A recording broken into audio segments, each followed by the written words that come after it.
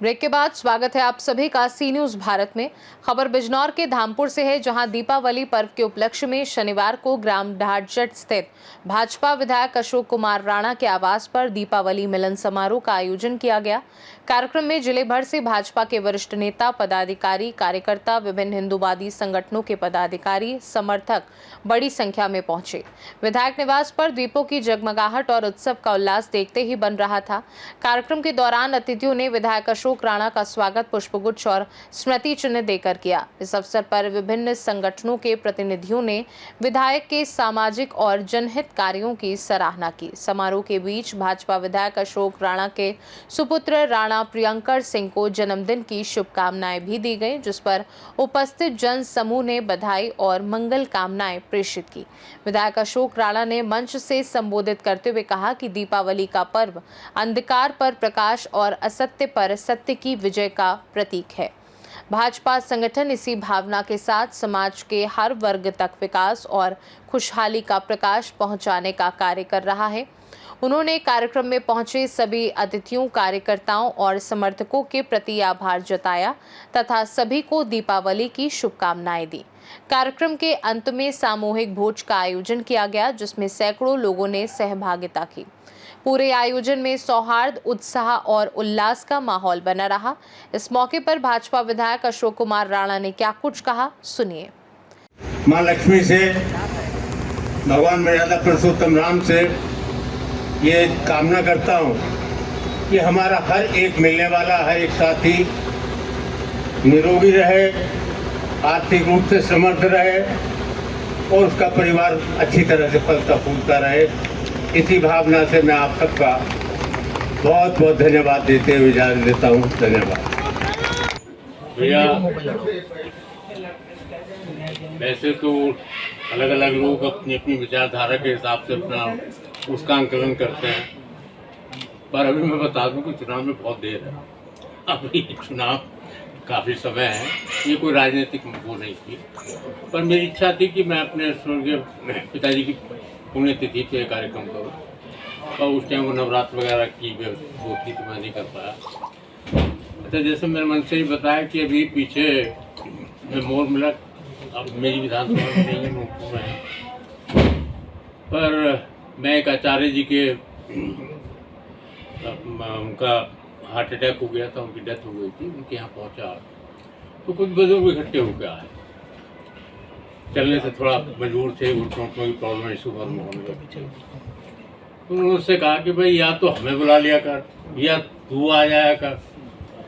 अब थोड़ी राजनीतिक व्यवस्था भी रहती है, पार्टी के कार्यक्रम भी रहते हैं, और मेरा ये रहता है कि मैं सुबह 8 बजे से लेकर के लगभग 1 बजे तक नीचे लोगों की जो भी समस्या होती है उसमें ही सुनने में व्यस्त हूँ। और पार्टी जिला अध्यक्ष से भी और सबसे भी मैंने ये आग्रह कर रखा है कि भाई जो भी पार्टी का कार्यक्रम रखो या मीटिंग रखो, 1 बजे के बाद हो। 1 बजे से पहले होगी मैं अटेंड नहीं करूँगा, क्योंकि आने वाले आएंगे, मैं नहीं मिलूँगा तो परेशान होगा। तो अब ऐसा भी है, मैं पहले सुहारा से 89 में विधायक बना, 2007 में धामपुर से विधायक बना।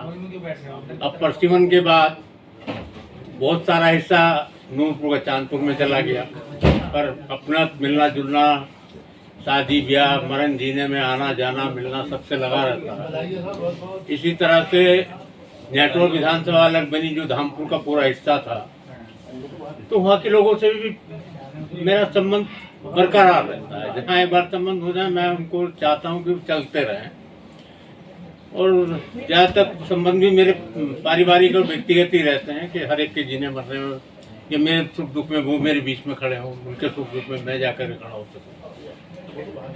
तो इसीलिए जब खबर करनी शुरू की तो फिर ये हुआ कि मैं किसे छोड़ा किसे ना छोड़ा, क्योंकि ऐसा तो है नहीं कि अगर धामपुर का कुछ हिस्सा नेटवर्क में चला गया है तो अब मैं जो आखिरी गांव है उस तक खबर करूं और उसके आगे जो मुझे मिलने वाले हैं उनको खबर ना करूं। इसी तरह से लोगों के बहुत लोग मेरे पास आते रहते हैं, संपर्क में हैं।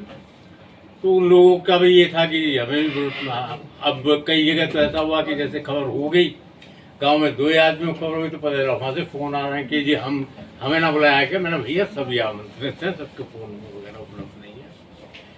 तो इसलिए थोड़ा व्यापक रूप हो गया। वैसे कोई ऐसी वो नहीं है, ना कोई वो था, सिर्फ दीपावली की शुभकामनाएं देना। विधायक की सुबह से भीड़ है, कितनी आपके अंदाजे में कितने लोग आए होंगे? ये तो आप लोग ज़्यादा अच्छा अंदाज कर सकते हैं। मैं तो अपना सुबह से खड़े खड़े अब थोड़ा फिर भी आपके अनुसार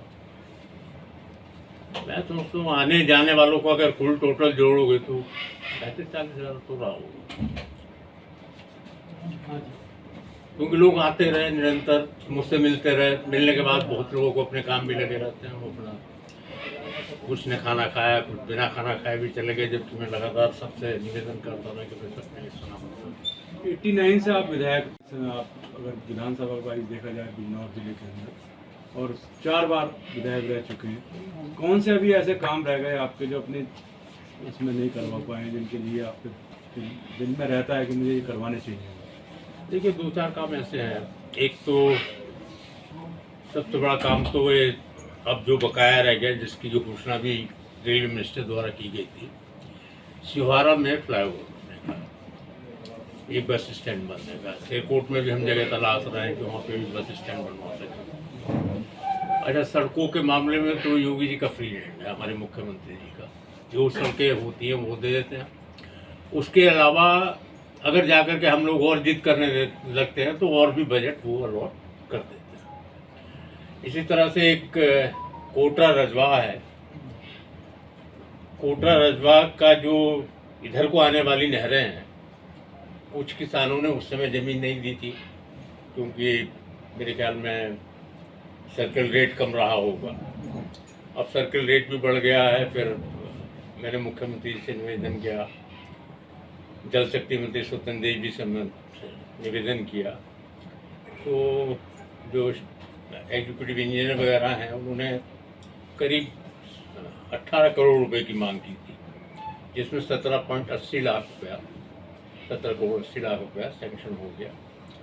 और कुछ गांव में जमीन एक्वायर का काम हो भी गया, 2-4 जगह बचा है।